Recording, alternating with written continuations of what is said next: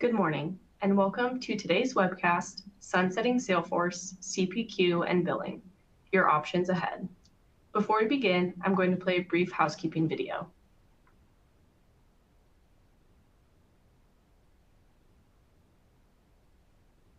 Welcome and thanks for joining us. Our webcasts are designed to help elevate your business performance. Transform your future for the better with advisory solutions tailored to your vision and supported by our collective technical resources. Our presentation will start in a few moments. Before we begin, here are a few things to keep in mind. You can customize how you both view our presentation and interact with the presenter. For better viewing, close all other applications and turn up your speaker volume. You can also adjust window size and placement or enter full screen mode using the controls at the top of the window or dragging the bottom right-hand corner to resize. At the bottom of your screen, you'll see a series of icons, each relating to a different aspect of our session. You can download the group attendance sheet and a PDF copy of today's slides from the slide deck and handouts widget. You can ask our presenter questions during the webcast by typing a question in the Q&A window and clicking Submit. We'll do our best to answer all questions during the presentation or follow up via email. If you experience technical difficulty during today's presentation, refresh your browser by hitting the F5 key. As a reminder, the presentation you're about to see is not legal, investment, or accounting advice. We encourage you to seek the counsel of a professional service provider to apply this content to your specific circumstances.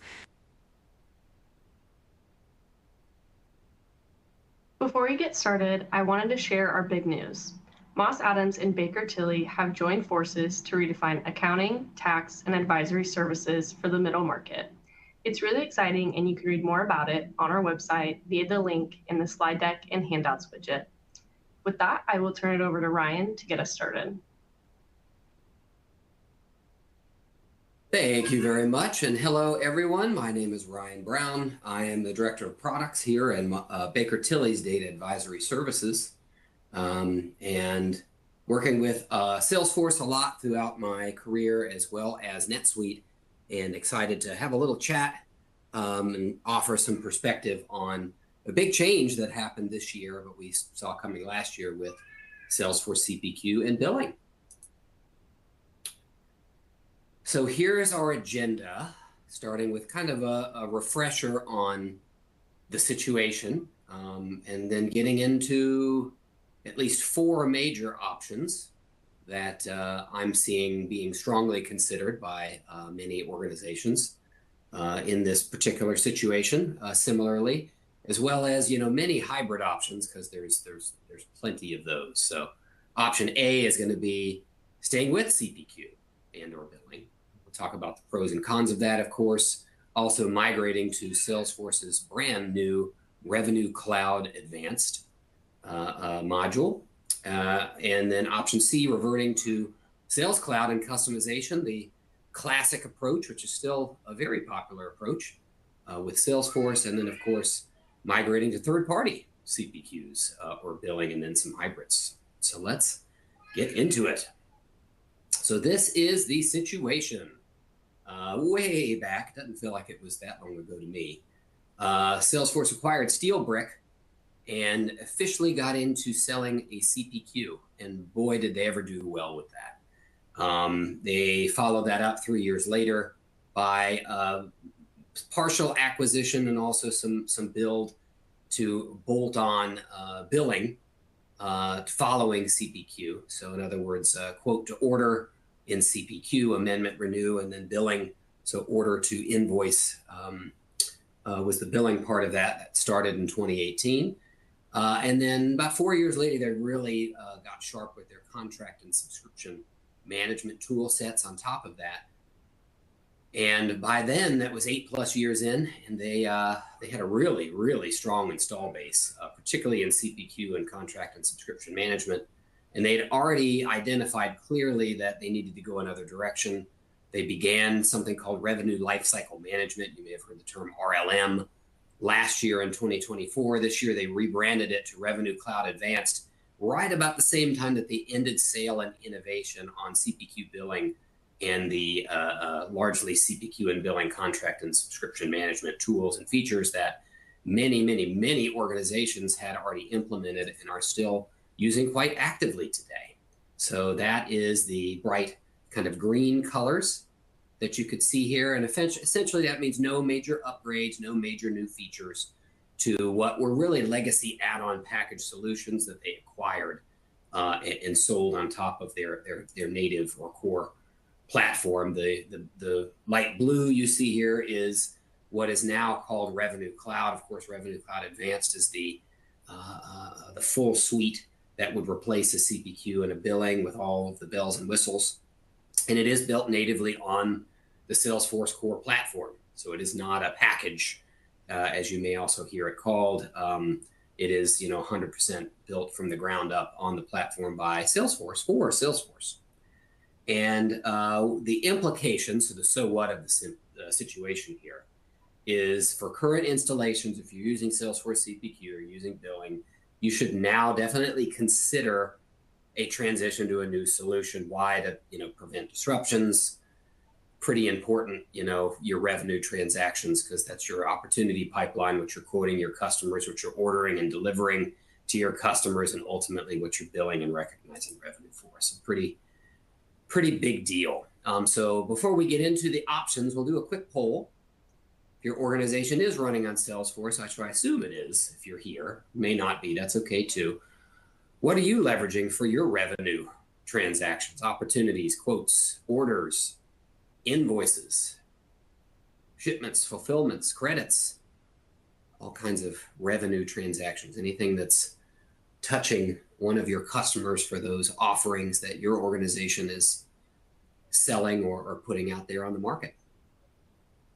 Give you a little bit of time to respond to that. If there's not a perfect fit for your option, apologies. Don't have to respond, or you can respond with whatever fits best.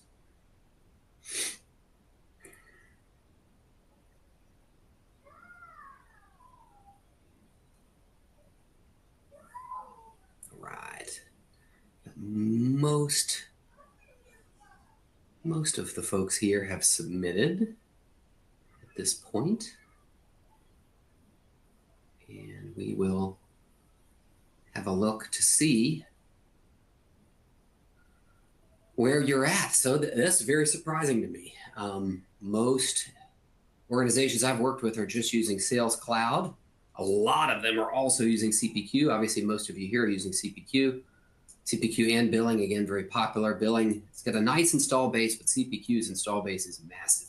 Nobody yet has jumped to Revenue Cloud Advanced, and the biggest portion are using third-party CPQs financials. So that's also a popular option that is gaining popularity.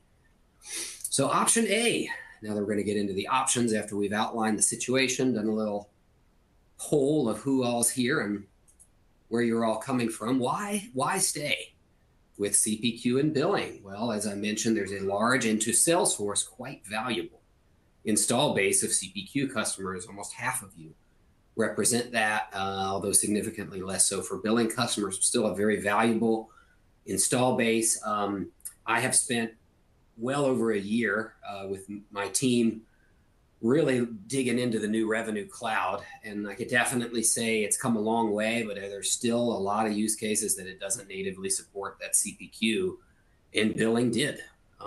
So if that fits your organization, particularly if one of those use cases is one of your major use cases that is critical to your revenue generation, then that's obviously a big deal to stay. CPQ and billing have a proven and very well-known architecture, particularly CPQ. It is quite rigid.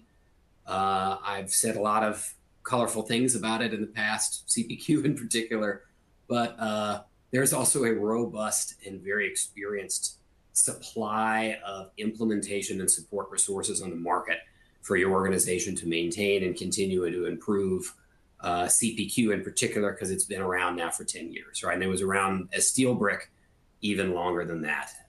So that's a big reason to give it some credence for staying. Salesforce is going to continue to support it. They're not just going to let it break on everybody. They're not just going to let it become buggy. You can still renew it as far as everything that we've seen from Salesforce.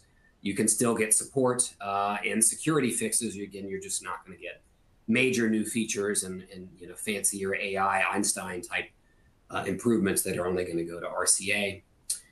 There is no conversion option to easily just go from CPQ or billing to Revenue Cloud Advanced. It is a rip and replace or a re-implementation that you're looking at. So that is a big reason why to stay, because now you've got a major change initiative, people, process, systems, investments, timelines to manage to make a change. So, if CPQ or billing is running smoothly for you, then there may not be, really isn't, depending on your optics of this, any clear and present threat to just stay and put, at least not for, the immediate future in this year, maybe many years beyond. But why not stay if you're not implemented yet? Many organizations I've talked to bought CPQ, they've only used little pieces of it, right? It's not such a tough migration. They really haven't done the people, process, systems full implementation of CPQ, and same thing goes with billing. Might still have a lot of spreadsheets going on, a lot of outside activity outside of Salesforce for billing. If it's not running smoothly, or if it's not integrated smoothly, let's say to your tax provider, your payment processor, your DocuSign signature tool, or if it's just not running smoothly at all. We've seen some real rough and rocky CPQ implementations. We've seen a lot of instances where billing just isn't full featured enough. Those would be reasons to really start to consider to go another direction. AI is kind of like cloud was a buzzword 20, 25 years ago. AI has been a buzzword, but I mean, as real as cloud is and everybody's ingrained in it, AI is definitely going to be the same way, and Salesforce really isn't going to put a whole lot of AI into CPQ or billing. That's in all the benefits of AI and revenue operations automation. Eventually that's going to be a big deal. Your guess is good as mine as the horizon. It's going to different for every organization depending on who you sell to, how you sell, and who on your team is selling to them. That isn't just, of course, selling, that's also ordering and billing intelligence as well. So compatibility is a factor. While Salesforce is saying, yeah, we're going to support CPQ, we're going to support billing, they can't fully guarantee compatibility for everything, particularly if you have a super customized Salesforce instance, as many of us do. You're using with other Salesforce platforms or modules, you have integrations to other systems or third parties. It's kind of going to be in stasis for a while, but as those other areas change, really not a whole lot of folks are going back and, worrying a ton about ongoing compatibility with CPQ and billing. And then, of course, for billing, if you're ready to evolve towards processing GL impacting transactions outside of a CRM, let's say in an ERP of financials, then that may be a reason not to just stay in Salesforce billing for much longer. So any of those should be pretty obvious. Imagine you would have heard from your teams. Everybody's going to do their own internal analysis, SWOT analysis, if you will, for how CPQ and or billing is or is not already working for you. So option B, migrating to Revenue Cloud Advanced. Why? As I mentioned a few times already, the upgrades, the innovation, the compatibility testing, all of the great benefits that you get the Salesforce platform investment around, which is it's the leading world cloud CRM platform investment. I mean, it's going into Revenue Cloud Advanced. This thing is going to take off and fly higher than I think CPQ ever did. One of the reasons that behind that is Contracts AI is just one of the many AI types of features that I picked out because I believe it's the most promising from where I've come from. Of course, it's powered by Einstein, which you can feed from so many different ways to leverage, and it should be a game changer in terms of automation and RevOps scalability. That's not just in the selling and quoting side of things. It should also be in the post-quote ordering, potentially down to billing, amendments, renewals side of things. Having additional intelligence post-quote, post-booking is kind of what it sounds like they're going for, and I'm really excited about that. The headless API architecture that Revenue Cloud Advanced gives you is what frustrated many of us. I'll admit I've been very frustrated about CPQ in particular with that for many years, really assumed that everybody's clicking and doing things in the Salesforce platform. If you wanted to have integrations off platform, they were quite difficult. It's one of those areas where CPQ is very rigid. They are designing Revenue Cloud Advanced to be much more headless, much more API integration focused, whether that's to your website or whether you're using that to help integrate with your ERP or financials that's doing your inventory, fulfillment, and billing. It should be a lot more extensible. There is an assumption that Salesforce is going to be your system of record for everything in the entire, let's say, sales to cash lifecycle, subscription sales to cash lifecycle, which is an interesting assumption that Salesforce is obviously making for reasons that benefit them. But it'll let you do it. The modular architecture of RCA is also much more extensible, where CPQ was relatively a lot easier to just use out of the box. RCA is not as easy to use out of the box. I'll talk about that in a second. But the upside of that for RCA is that you can really build it to do almost anything you want because of its modular architecture. It isn't contained with lists of things and records that CPQ has built discreetly. You can kind of modularize and really do whatever you want with RCA, which is pretty cool. And then, of course, if your organization is like many organizations that wants to continue investing in the latest best of breed cloud CRM platform and what they've got on their roadmap, I mean, that's Salesforce. They've got it going. They've had it going for a long time. There's a reason they're number one. I would argue it's a value to your business to have that association with Salesforce. It's a confidence builder. There's no add-on packages required as a final big one. That was something definitely frustrating about CPQ and Billing and others like it. Salesforce is going to keep it up to date with their 3 releases a year. So why not migrate to RCA? And here we are already August 2025 as I'm speaking to you all. And the biggest hurdle that I'm hearing from most organizations I'm speaking with is that it's a big change. The rip and replace, the complete re-implementation, it is quite a different architecture. Even though the process for transactional flow is very similar, of course it's going to be because it's still Salesforce. The truth of it is that the investment required and the change required is at or even more other alternative solutions. So of course, a lot of organizations are shopping.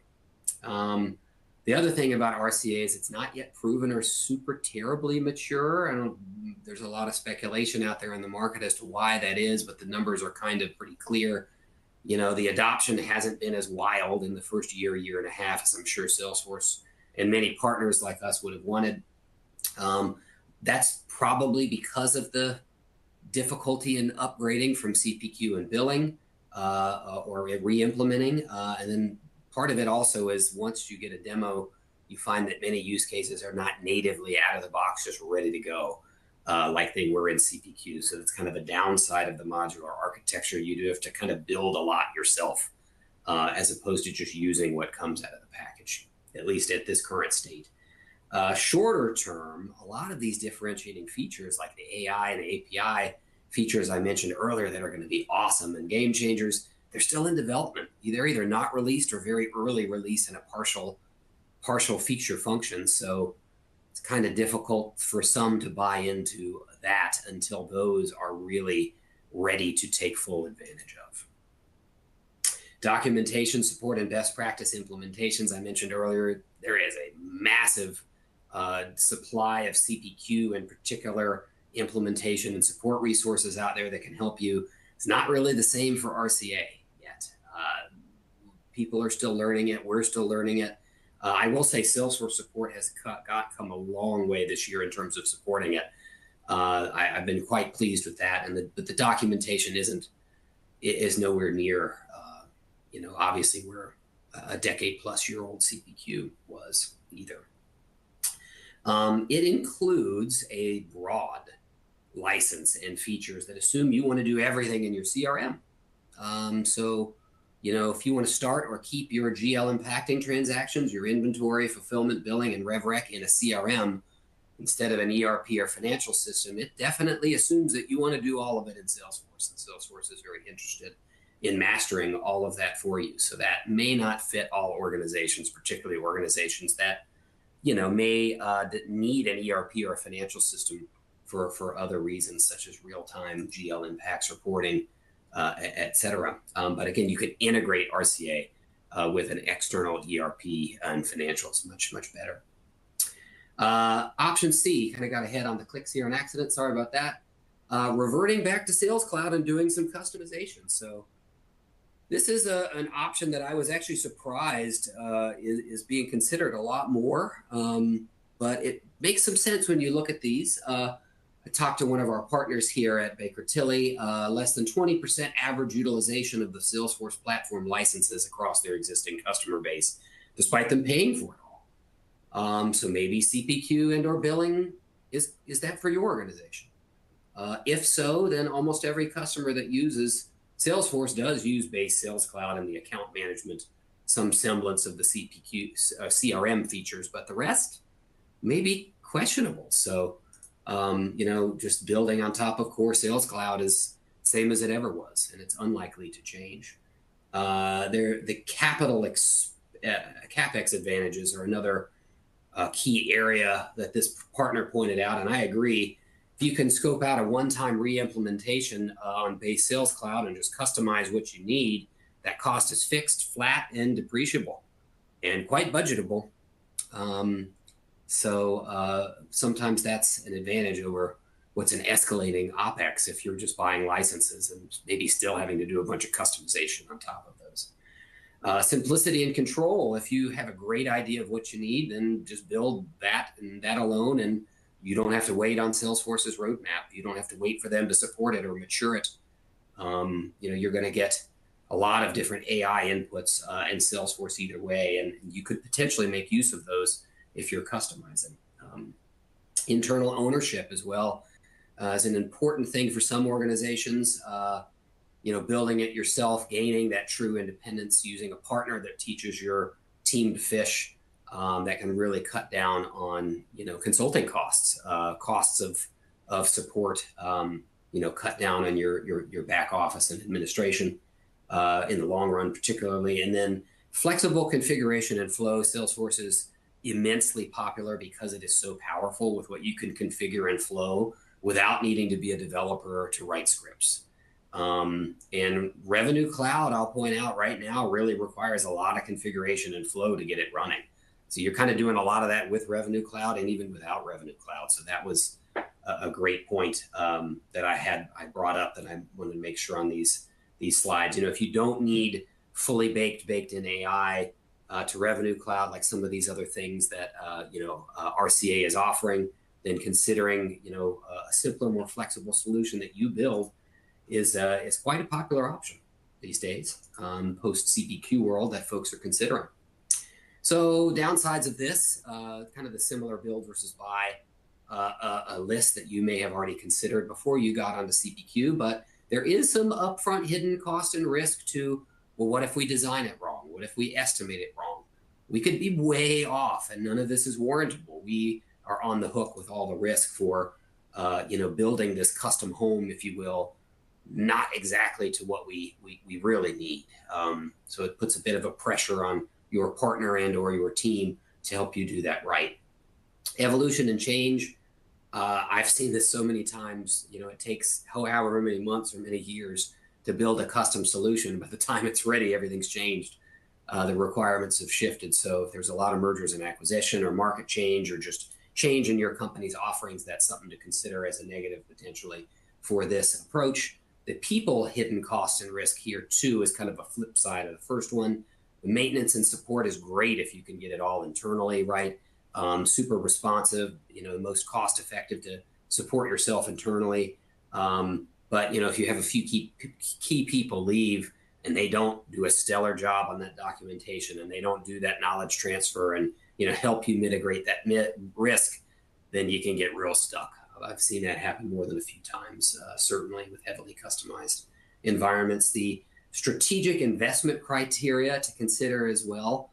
If you've got really great talented people, Do you want to allocate, your best of your best people to, your IP differentiation, what helps your company sustain and grow in the market for your products and services and help to continue that growth? Or versus, do you want them building internal business systems and operations that, Salesforce and others have already kind of done, and they'll just let you subscribe to? So that's certainly something to consider if some of your best of best people, and I see that a lot if you have a mix of product team and operations teams you're kind of mixing together from a resourcing perspective, and this big change that you're considering. And obviously for billing, again, it's going to keep coming up. Reconsider continuing with doing GL impacting transactions in a CRM. So those may be reasons to say, why not just customize on Salesforce what you had in CPQ and billing? So option D, third parties. What are those advantages, generally speaking? So there is a cycle you'll notice with Salesforce and Oracle and many of these large platform providers for business software. They want to sell, deprecate, upsell, and repeat that cycle on you. Many of you that are here that have CPQ and billing, you're kind of feeling like, gosh, we just implemented this thing how long ago, and now they've deprecated it, and they're wanting to upsell me on the next thing. And if I do that again, how long am I going to have before it happens again and it repeats? There's generally a lower probability with third parties because to survive, they are going to want to keep you on their core platform as opposed to a platform provider is going to try to keep you off of third parties and onto their platform. They know they've already got you on the platform. That third party, again, less likely to, completely have you throw everything out to buy something brand new. Specialist versus generalist mentality as well. This isn't always the case depending on the platform, but third parties generally must specialize to survive. If your organization is in a vertical or industry that has some very specific needs, processes, functionality, requirements, use cases, then sometimes third parties are the way to go just because they get your vertical and your industry better than a generalist who is going to implement some general features on the core platform. The best of breed alignment is another way of thinking. This is kind of Salesforce and Oracle. They want you to do everything on their platform, sales to cash, subscription sales to cash, do it all on our platform. Of course, they want to sell you software, grow your users. The truth of it is, what we have seen, at least my team, is that there's a growing contingent that wants to use Salesforce for CRM and CPQ and want to use, a separate package for ERP and financials, and then master things like fulfillment, inventory, billing, revenue on that other platform, not necessarily Salesforce. So looking at, what platforms have what features and functions that are best of breed, and you can put those in with your teams. You may have an integration in between them as the cost of an approach like that. But if you have it all in one platform and system, obviously, there's advantage of that too. So there's definitely something to what Salesforce, Oracle, and others are saying. Licensing and services, third parties tend to price their licenses. They have to, and they have to centralize services to compete with the platform and the other third parties. Generally with third parties, you're seeing more flexibility on license and less layers to get support and implementation services. Often those are centralized and you can get a package deal, particularly if you're an existing a platform subscriber to a Salesforce and Oracle. As I mentioned earlier, they've already got you on the platform. Now everything is kind of a la carte once you're kind of not new and shiny. And then for billing, again, the drum I'll beat. Why would you move to a third party off of Salesforce billing? May not want to do GL impacting transactions in a CRM. Might want to consider doing those in ERP, financials, or a best of breed billing platform. I'll mention, Zuora as, a long time, I'll say subscription management best of breed billing platform is another example of one of those. So why not do third party? There are, some risks to third parties coming in that you wouldn't have with a core platform. The evolution and change of those third parties may not be exactly in line with your platform. Third parties are usually smaller. They're more subject to loss of people, loss of momentum on where you thought they may be going, maybe not as stable, arguably not as stable as a Salesforce or an Oracle. And their strategic investment criteria may be subject to change and move away from where your company has already invested in your core platform. And again, the billing drum. That could be a reason that like if you did go to Azora, it's again not an ERP or financials system. So, are you really still need to have something else even in addition to Azora? Yet another integration to go to where you're ultimately doing your financial reporting and making your GL impacts. So I'm kind of done with the core options. Trying to catch up on time here by looking at the clock. One more survey. And this is if you're already running CPQ or billing, what options are you leaning towards? Could be some of those, could be some hybrid options that I'll talk about as well for those of you that can hang on a little bit longer. Give you a little bit of time to respond to this one.